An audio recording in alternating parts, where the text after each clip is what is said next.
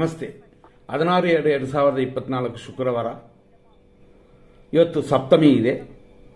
ಭರಣಿ ನಕ್ಷತ್ರ ಬೆಳಿಗ್ಗೆ 8 ಗಂಟೆ 46 ನಿಮಿಷ 27 ಸೆಕೆಂಡ್ವರೆಗಿದೆ. ಆ ನಂತರ ಕೃತಿಕಾ ನಕ್ಷತ್ರ. ಸರಿ, ದಿನ ಹೆಂಗಿದೆ ಅಂತ ನೋಡಿದ್ರೆ ಸಂಪತ್ತಿನ ನಾಶ ಅಂತ ಬರುತ್ತೆ. ಅಂದರೆ ಹಣಕಾಸಿನ ವಿಷಯ ಇವತ್ತು ಯಾವ ಕಾರ್ಯಗಳು ಮಾಡಬಾರದು. ಅಂದರೆ ಹಣಕಾಸು ಸಂಬಂಧಪಡುವಂಥ ಯಾವ ಮೂವ್ಮೆಂಟು ಇವತ್ತು ಬೇಡ, ತೊಂದರೆ ಇರುತ್ತದೆ. ಈ ಒಂದು ವಿಷಯನ ನೆನಪಲ್ಲಿ ಇಟ್ಕೊಳ್ಳಿ. ಅಂದರೆ ಬೆಳಿಗ್ಗೆ 8 ಗಂಟೆ 46 ನಿಮಿಷ 27 ಸೆಕೆಂಡ್ವರೆಗೂ. ಆ ನಂತರ ಪರವಾಗಿಲ್ಲ, ಮೋಸ ಇಲ್ಲ. ಹಂಗಾಗಿ ಇವತ್ತಿನ ದಿನದಲ್ಲಿ 8:47ವರೆಗೂ ವ್ಯವಹಾರಗಳು ಒಳ್ಳೆಯದಲ್ಲ. ಇದರಲ್ಲಿ ಇನ್ನೊಂದು ಏನಂತಂದರೆ ಸಪ್ತಮಿ ತಿಥಿ 8 ಗಂಟೆ 54 ನಿಮಿಷ 49 ಸೆಕೆಂಡ್ವರೆಗಿದೆ. ಅಂದರೆ 8:55ವರೆಗೂ. 9 ಗಂಟೆಗೆ 5 ನಿಮಿಷ ಇದೆ ಅಂತಂದರೆ ಅಲ್ಲಿವರೆಗೂ ಸಪ್ತಮಿಯೂ ಇದೆ. ಆಮೇಲೆ ಬರೋದು ಸಪ್ತಮಿ ಆದ ಮೇಲೆ, ಅಂದರೆ 7ನೇ ದಿನ ಆದ ಮೇಲೆ 8ನೇ ದಿನ ಅನ್ನುವ ಅಷ್ಟಮಿ ಬರುತ್ತದೆ. ಅಷ್ಟಮಿ ಸಾಮಾನ್ಯವಾಗಿ ಹಣಕಾಸು ವ್ಯವಹಾರ ಇದಕ್ಕೂ ಶುಭವಲ್ಲ. ಆದ್ದರಿಂದಾಗಿ ಇವತ್ತಿನ ದಿನ ಪ್ರಕಾರ ಖಂಡಿತವಾಗಿ ಮುಹೂರ್ತ ಕಾರ್ಯಗಳು, ಒಳ್ಳೆಯ ಕಾರ್ಯಗಳು ಮಾಡೋಕ್ಕೆ ಆಗಿ ಬರೋದೇ ಇಲ್ಲ. ಹಾಗಾಗಿ ಇವತ್ತಿನ ದಿನ ಶುಭವಲ್ಲ. ಇಷ್ಟೆಲ್ಲ ನೋಡಿದ್ವಿ ಅಂತಂದರೆ ಇವತ್ತಿನ ಸೂರ್ಯೋದಯನ ನೋಡೋಣ. 6 ಗಂಟೆ 42 ನಿಮಿಷಕ್ಕೆ ಸೂರ್ಯನು ಉದಯವಾಗುತ್ತದೆ. ಸೂರ್ಯ ಅಸ್ತಮನ ಅಂತಂದರೆ ಸಂಜೆ 6:26ಗೆ. ಈ ರೀತಿಯಾದ ಇವತ್ತಿನ ದಿನದಲ್ಲಿ ಮತ್ತಷ್ಟು ವಿಶೇಷಗಳನ್ನ ನೋಡ್ಕೊಳ್ಳೋಣ. ನಕ್ಷತ್ರ ಪಾದಗಳು ಬೆಳಿಗ್ಗೆ 6:42ರಿಂದ ಭರಣಿ ನಕ್ಷತ್ರದ 4ನೇ ಪಾದ 8:47ವರೆಗೂ ಇದೆ. ಅಷ್ಟಕ್ಕೆ ಭರಣಿ ನಕ್ಷತ್ರ ಮುಗಿದು ಅಲ್ಲಿಂದ ಕೃತಿಕಾ ನಕ್ಷತ್ರದ 1ನೇ ಪಾದ ಪ್ರಾರಂಭವಾಗಿ, ಅಂದರೆ ಬೆಳಗ್ಗೆ 8:45 ಮೇಲೆ 2 ನಿಮಿಷ ಬಿಟ್ಟು, ಅಂದರೆ 8:47ರಿಂದ ಮಧ್ಯಾಹ್ನ 2 ಗಂಟೆ 43 ನಿಮಿಷದವರೆಗೂ ಕೃತಿಕಾ ನಕ್ಷತ್ರ 1ನೇ ಪಾದ ಮೇಷರಾಶಿ. ಸೊ ಮಧ್ಯಾಹ್ನ 2 ಗಂಟೆ 43 ನಿಮಿಷದವರೆಗೂ ಮೇಷರಾಶಿ ಇದೆ. ಆ ನಂತರ ವೃಷಭ ರಾಶಿ ಸ್ಟಾರ್ಟ್. ಮಧ್ಯಾಹ್ನ 2 ಗಂಟೆ 43 ನಿಮಿಷದಿಂದ ರಾತ್ರಿ 8:42ವರೆಗೂ ಕೃತಿಕಾ ನಕ್ಷತ್ರ 2ನೇ ಪಾದ, ಇದು ವೃಷಭ ರಾಶಿ. ಆ ನಂತರ ರಾತ್ರಿ 2:43ವರೆಗೂ ಕೃತಿಕಾ ನಕ್ಷತ್ರ 3ನೇ ಪಾದ ವೃಷಭ ರಾಶಿ. ಆ ನಂತರ ಅಂದರೆ 2:43ನ ಮೇಲೆ ಲೇಟ್ ನೈಟಲ್ಲಿ ಕೃತಿಕಾ ನಕ್ಷತ್ರದ 4ನೇ ಪಾದ ಪ್ರಾರಂಭವಾಗಿ ನಾಳೆಯವರೆಗಿರುತ್ತದೆ. ಈ ರೀತಿಯಾದ ಇವತ್ತಿನ ದಿನದಲ್ಲಿ ಬೇರೆ ಬೇರೆ ವಿಷಯಗಳನ್ನ ನೋಡೋಣ. 100% ಕೆಟ್ಟೋದು ಅನ್ನುವ 100% ದೋಷವಿರುವ ಸಮಯವನ್ನು ನಾವು ಫಸ್ಟ್ ನೋಡೋಣ. ಯಾಕೆಂತಂದರೆ ಆಲ್ರೆಡಿ ನಾವು ಇವತ್ತು ಕೆಟ್ಟ ದಿನ ಅಂತಂದಿವಿ. ಯಾಕೆಂತಂದರೆ ಒಂದು ನಕ್ಷತ್ರದಿಂದ ಬರುವ ದೋಷ ಹಣದೋಷ ಬರುತ್ತದೆ, ಅಂದರೆ ಹಣದ ತೊಂದರೆಗಳು ಬರುತ್ತದೆ ಅಂತ. ಸಂಪತ್ತಿನ ನಾಶ ಅಂತಂದಿವಿ. ಸಂಪತ್ತು ಅನ್ನೋದು ಪ್ರಾಪರ್ಟಿ ಸೇರುತ್ತದೆ. ಆಮೇಲೆ ನೋಡಿದ್ರೆ ಅಷ್ಟಮಿ ಬರುತ್ತದೆ. ಆದ್ದರಿಂದ ದಿನ ಪೂರ್ತಿ ಶುಭಕರವಾಗಿಲ್ಲ. ಇದನ್ನು ಮನಸ್ಸಲ್ಲಿ ಇಟ್ಕೊಂಡೆ ನಾವು ಕಾರ್ಯಗಳನ್ನ ಮಾಡಬೇಕು. ಇವತ್ತು ಅವಾಯ್ಡ್ ಮಾಡೋದು ಉತ್ತಮ ಅಂತ. ಅದರಲ್ಲೂ ಇವತ್ತು 6 ಗಂಟೆ 42 ನಿಮಿಷದಿಂದ ಮಧ್ಯಾಹ್ನ 2:43ವರೆಗೂ ಕನ್ಯಾ ರಾಶಿಯವರಿಗೆ ದೋಷ ಜಾಸ್ತಿ ಇದೆ. ಅದರಲ್ಲೂ ಕನ್ಯಾ ರಾಶಿಯಲ್ಲಿ ಹುಟ್ಟಿದ್ದ 3 ನಕ್ಷತ್ರಗಳಿದೆ. ಉತ್ತರ ನಕ್ಷತ್ರದ 2, 3 ಮತ್ತು 4ನೇ ಪಾದಗಳು, ಹಸ್ತ ನಕ್ಷತ್ರದ ಒಟ್ಟು 4 ಪಾದಗಳು, ಚಿತ್ತಾ ನಕ್ಷತ್ರದ 1 ಮತ್ತು 2ನೇ ಪಾದಗಳಲ್ಲಿ ಹುಟ್ಟಿದವರಿಗೆ, ಅಂದರೆ ಕನ್ಯಾ ರಾಶಿಯವರಿಗೆ ಮಧ್ಯಾಹ್ನ 2:43ವರೆಗೂ ದೋಷವಿದೆ, ಅಧಿಕವಾದ ದೋಷ. ಆದ್ದರಿಂದ ಖಂಡಿತ ನೀವು ಎಚ್ಚರವಾಗಿರಬೇಕು. 8:47ನ ಮೇಲೆ 8:54ವರೆಗೂ ಮೃತ್ಯು ಇದೆ. ಇದರಲ್ಲಿ ಇನ್ನೊಂದು ವಿಷಯ ಏನಂತಂದರೆ ಮಧ್ಯಾಹ್ನ 2:43ನ ಮೇಲೆ ತುಲಾ ರಾಶಿಯವರಿಗೆ ದೋಷವಿದೆ. ಚಿತಾ ನಕ್ಷತ್ರದ 3 ಮತ್ತು 4ನೇ ಪಾದ, ಸ್ವಾತಿ ನಕ್ಷತ್ರದ ಒಟ್ಟು 4 ಪಾದಗಳು, ವಿಶಾಖ ನಕ್ಷತ್ರದ 1, 2 ಮತ್ತು 3ನೇ ಪಾದದವರೆಗೆ ದೋಷವಿದೆ. ಬೆಳಗ್ಗೆ 9 ಗಂಟೆ 3 ನಿಮಿಷದ ಮೇಲೆ 9:50ವರೆಗೂ ದುರ್ಮುಹೂರ್ತ ಒಳ್ಳೆಯದಲ್ಲ. 11 ಗಂಟೆ 6 ನಿಮಿಷದಿಂದ 12:34ವರೆಗೂ ರಾಹುಕಾಲವಿದೆ, ಅಶುಭ. 11:45ರಿಂದ ಮಧ್ಯಾಹ್ನ 1:47ವರೆಗೂ ಮೃತ್ಯು. ಮಧ್ಯಾಹ್ನ 2 ಗಂಟೆ 43 ನಿಮಿಷದ ಮೇಲೆ ನಾ ಫಸ್ಟ್ ಹೇಳಿದಂತೆ ತುಲಾ ರಾಶಿಯವರಿಗೆ ದೋಷವಿದೆ ದಿನ ಪೂರ್ತಿ. ಮಧ್ಯಾಹ್ನ 3 ಗಂಟೆ 30 ನಿಮಿಷದ ನಂತರ 4 ಗಂಟೆ 58 ನಿಮಿಷ ಸಂಜೆವರೆಗೂ ಯಮಕಂಡ ಕಾಲ. ರಾತ್ರಿ 8:46ರಿಂದ 10:22ವರೆಗೂ ನಕ್ಷತ್ರ ವಿಷಘಟಿಕಾ ಕಾಲ. ರಾತ್ರಿ ಅಂದರೆ ಲೇಟ್ ನೈಟ್ 3:38ರಿಂದ ಬೆಳಗಿನ ಜಾವ 5:10ವರೆಗೂ ವಿಷಕಾಲ ಮತ್ತು 6:31ರಿಂದ 6:42ವರೆಗೂ ಮೃತ್ಯು. ಈ ರೀತಿ ಇರೋದರಿಂದ ಇವತ್ತಿನ ಕೆಟ್ಟ ಟೈಮು ನೋಡಿದ್ವಿ, ಇವತ್ತು ದಿನ ಪೂರ್ತಿ ದೋಷ ಇದೆ ಅಂತಲೂ ನೋಡೋದಾಯಿತು. ಹೆಚ್ಚಾಗಿ ಗಮನ ಕೊಡಿ. ಇರೋದರಲ್ಲಿ ಎಮರ್ಜೆನ್ಸಿಗೆ ಸ್ವಲ್ಪ ಒಳ್ಳೆ ಟೈಮ್ ಕೊಡಿ ಅಂತಂದರೆ ಮಾತ್ರನೇ ಈಗ ನಾವು ಹೇಳುವ ಸಮಯವನ್ನು ತಗೊಳ್ಳಿ. 6:42ರಿಂದ 8:45ವರೆಗೂ ಶುಭವಾಗಿದೆ, ಅಂದರೆ ಇರೋದರಲ್ಲಿ ಒಳ್ಳೆಯ ಟೈಮು ಅಂತ ಅಷ್ಟೇ. 8:56ರಿಂದ 9:01ವರೆಗೂ ಪರವಾಗಿಲ್ಲ. 9:52 ಮೇಲೆ 11 ಗಂಟೆ 4 ನಿಮಿಷ AM ವರೆಗೂ ಪರವಾಗಿಲ್ಲ. ಮಧ್ಯಾಹ್ನ 1:49ರಿಂದ 3:28 ಮಧ್ಯಾಹ್ನದವರೆಗೂ ಪರವಾಗಿಲ್ಲ. ಸಂಜೆ 5 ಗಂಟೆಯಿಂದ 8:44 ಬೆಳಗ್ಗೆವರೆಗೂ ರಾತ್ರಿವರೆಗೂ ಸರಿಯಾಗಿ ಈ ಸಮಯ ಶುಭವಾಗಿದೆ. ಆನಂತರ 10 ಗಂಟೆ 24 ನಿಮಿಷದಿಂದ ಬೆಳಗಿನ ಜಾವ ಹೆಚ್ಚು ಕಮ್ಮಿ 3 ಗಂಟೆ 36 ನಿಮಿಷದವರೆಗೂ ಪರವಾಗಿಲ್ಲ. ಮತ್ತು ಬೆಳಗಿನ ಜಾವ 5:12ರಿಂದ 6:29ವರೆಗೂ ಪರವಾಗಿಲ್ಲ. ಇದೆಲ್ಲ ಶುಭ ಸಮಯಗಳು.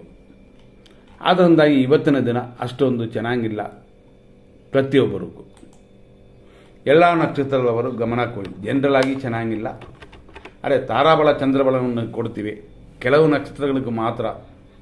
ಅಶ್ವಿನಿ ನಕ್ಷತ್ರ ಮೇಷರಾಶಿಯವರಿಗೆ ಇವತ್ತಿನ ದಿನ ಪ್ರಕಾರ 8:47ವರೆಗೂ ಪರವಾಗಿಲ್ಲ.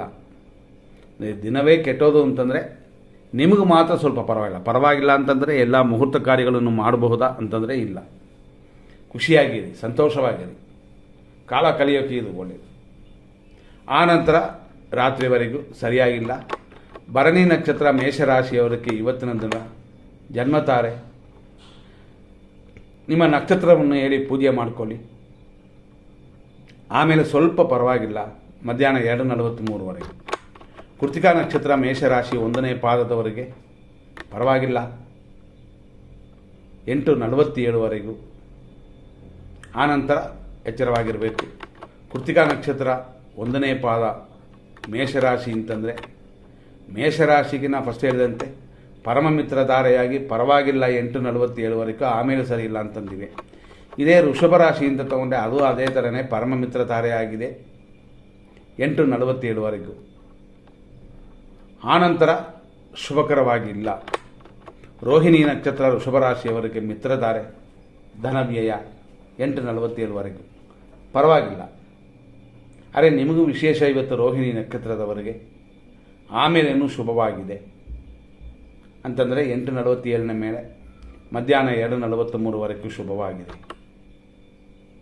ಆನಂತರ ಅಂದರೆ ಇವತ್ತಿನ ಅರ್ಥ ಏನು ಅಂತಂದರೆ ಇವತ್ತು ದಿನ ಪೂರ್ತಿ ಪರವಾಗಿಲ್ಲ ನಿಮಗೆ. ಅಂದರೆ ಮುಹೂರ್ತ ಕಾರ್ಯಗಳನ್ನ ಮಾಡಿ ಅಂತ ಇಲ್ಲ, ಸ್ವಲ್ಪ ಖುಷಿಯಾಗಿರ್ಬೋದು. ಮೃಗಶೀರ್ಷ ನಕ್ಷತ್ರ ವೃಷಭ ರಾಶಿಯವರಿಗೆ ಅಂದರೆ 1 ಮತ್ತು 2ನೇ ಪಾದದಲ್ಲಿ ಹುಟ್ಟಿದವರಿಗೆ 8:47 ಮೇಲೆ ಸ್ವಲ್ಪ ಪರವಾಗಿಲ್ಲ. ಮೃಗಶೀರ್ಷ ನಕ್ಷತ್ರ ಮಿಥುನ ರಾಶಿಯವರಿಗೆ ಅದೇ ರೀತಿ 8:47ನ ಮೇಲೆ ಬೆಳಗ್ಗೆಯಿಂದ ಪರವಾಗಿಲ್ಲ. ಆರುದ್ರ ನಕ್ಷತ್ರ ಮಿಥುನ ರಾಶಿಯವರಿಗೆ ಅನುಕೂಲವಿದೆ, ಇಷ್ಟಾರ್ಥ ಸಿದ್ಧಿ ಇದೆ 8:47ವರೆಗೂ, ಆಮೇಲೆ ಸಮಯ ಉತ್ತಮವಾಗಿಲ್ಲ. ಪುನರ್ವಸು ನಕ್ಷತ್ರ ಮಿಥುನ ರಾಶಿಯವರಿಗೆ 8:47 ಮೇಲೆ ಪರವಾಗಿಲ್ಲ. ಪುನರ್ವಸು ನಕ್ಷತ್ರ ಕರ್ಕಾಟಕ ರಾಶಿಯವರಿಗೆ 8:47ನ ಮೇಲೆ ಪರವಾಗಿಲ್ಲ. ಇಷ್ಟಾರ್ಥ ಕಾರ್ಯಸಿದ್ಧಿ, ಕೆಲಸ ಕಾರ್ಯ ಇಲ್ಲ, ಅಭಿವೃದ್ಧಿ ಎಲ್ಲ ಉಂಟು. ಪುಷ್ಯ ನಕ್ಷತ್ರ ಕರ್ಕಾಟಕ ರಾಶಿ ಕ್ಷೇಮವು, ಕೆಲಸ ಕಾರ್ಯ ಇಲ್ಲ, ಅಭಿವೃದ್ಧಿಯೂ ಉಂಟು. ಇದೆಲ್ಲ 8:47ವರೆಗೂ. 8:47ನ ಮೇಲೆ ಅಷ್ಟು ಶುಭಕರವಾಗಿಲ್ಲ, ಕಾರ್ಯಗಳಲ್ಲಿ ಅಶುಭ ಉಂಟು. ಆಶ್ಲೇಷ ನಕ್ಷತ್ರ ಕರ್ಕಾಟಕ ರಾಶಿ 8:47ನ ಮೇಲೆ ಕ್ಷೇಮವು, ಅಭಿವೃದ್ಧಿಯೂ ಇರುತ್ತದೆ. ನಂತರ ನೋಡುವಂಥದ್ದು ಮಖ ನಕ್ಷತ್ರ ಸಿಂಹರಾಶಿ 8:47ವರೆಗೂ ಇರೋದರಲ್ಲಿ ಸ್ವಲ್ಪ ಒಳ್ಳೆಯ ಟೈಮ್ ನಿಮಗೆ. ಪುಬ್ಬ ನಕ್ಷತ್ರ ಸಿಂಹರಾಶಿ ನಿಮಗೆ 8:47ನ ಮೇಲೇ ಅನುಕೂಲ ಬರುತ್ತದೆ. ಉತ್ತರ ನಕ್ಷತ್ರ 1ನೇ ಪಾದ ಸಿಂಹರಾಶಿ ಖಂಡಿತ ಪರಮ ಮಿತ್ರ ಧಾರೆಯು, ಆದರೆ ಕಾರ್ಯ ತಡೆಗಳು ಉಂಟು 8:47ವರೆಗೂ, ಆಮೇಲೆ ಸಮಯ ಉತ್ತಮವಾಗಿಲ್ಲ. ಉತ್ತರ ನಕ್ಷತ್ರ ಕನ್ಯಾ ರಾಶಿ ಮಿತ್ರತ್ವವಿದೆ, ಆದರೂ ಆರೋಗ್ಯದಲ್ಲಿ ಗಮನ 8:47ವರೆಗೂ. ಹಸ್ತ ನಕ್ಷತ್ರ ಕನ್ಯಾ ರಾಶಿ ಮಿತ್ರಧಾರೆ, ಆದರೂ ಆರೋಗ್ಯದ ವಿಷಯ ಗಮನ 8:47 ಮೇಲೆ ಇನ್ನೂ ಸಮಯ ಚೆನ್ನಾಗಿದೆ. ಆದರೆ ಆರೋಗ್ಯ ವಿಷಯ ಮಾತ್ರ ದಿನಪೂರ್ತಿ ಹೆಚ್ಚಾಗಿ ಗಮನ ಕೊಡಬೇಕಾಗಿರುವ ದಿನವಿದು. ಚಿತ್ತಾ ನಕ್ಷತ್ರ ಕನ್ಯಾ ರಾಶಿ 8:47 ಮೇಲೆ ಪರವಾಗಿಲ್ಲ, ಆದರೂ ಆರೋಗ್ಯದಲ್ಲಿ ಗಮನ. ಚಿತ್ತಾ ನಕ್ಷತ್ರ ತುಲಾ ರಾಶಿ 8:47 ಮೇಲೆ ಮಿತ್ರ ತಾರೆಯು ಸುಖವೂ ಉಂಟು. ಸ್ವಾತಿ ನಕ್ಷತ್ರ ತುಲಾ ರಾಶಿ 8:47ವರೆಗೂ ಪರವಾಗಿಲ್ಲ. ವಿಶಾಖ ನಕ್ಷತ್ರ ತುಲಾ ರಾಶಿ 8:47 ನಂತರ ಅನುಕೂಲದ ತಾರೆ ಇದು. ಹಾಗೆ ನಿಮ್ಮ ಕಾರ್ಯಗಳು ಸ್ವಲ್ಪ ಅನುಕೂಲವಾಗುತ್ತದೆ. ವಿಶಾಖ ನಕ್ಷತ್ರ ವೃಶ್ಚಿಕ ರಾಶಿ, ಇದರಲ್ಲಿ ವೃಶ್ಚಿಕ ರಾಶಿ ಮತ್ತು ತುಲಾ ರಾಶಿ ಎರಡರಲ್ಲೂ ಭಿನ್ನಗಳನ್ನು ನೋಡಿದ್ರೆ ಪರವಾಗಿಲ್ಲ ಅಂತ ನಾವು ಹೇಳೋಕ್ಕೆ ಹೋದರೆ, ಆದರೆ 8:47 ಮೇಲೇನೆ ಇದು ವಿಶಾಖ ನಕ್ಷತ್ರ ತುಲಾ ರಾಶಿಗೂ. ಅದೇ ಥರ ವಿಶಾಖ ನಕ್ಷತ್ರ ವೃಶ್ಚಿಕ ರಾಶಿಯವರಿಗೂ ಕೂಡ ಅದೇ ರೀತಿಯಲ್ಲೇ 8:47 ಮೇಲೆ ಪರವಾಗಿಲ್ಲ. ಆದ್ದರಿಂದ ಇದನ್ನು ಮನಸ್ಸಲ್ಲಿ ಇಟ್ಕೊಳ್ಳಿ. ಅನುರಾಧ ನಕ್ಷತ್ರ ವೃಶ್ಚಿಕ ರಾಶಿ ಕ್ಷೇಮವು ಶತ್ರುನಾಶವು 8:47ವರೆಗಿದೆ, ಚೆನ್ನಾಗಿದೆ. ಜ್ಯೇಷ್ಠ ನಕ್ಷತ್ರ ವೃಶ್ಚಿಕ ರಾಶಿ ಕ್ಷೇಮವಿದೆ, ಶತ್ರುನಾಶವಿದೆ. ಆದರೆ ಇದೆಲ್ಲ 8:45 ಮೇಲೆ. ಮೂಲ ನಕ್ಷತ್ರ ಧನುಸು ರಾಶಿ ಸಂಪತ್ತಿದೆ, ಕಾರ್ಯಗಳಲ್ಲಿ ಅಲ್ಪ ಸ್ವಲ್ಪ ವಿಘ್ನಗಳಿದೆ.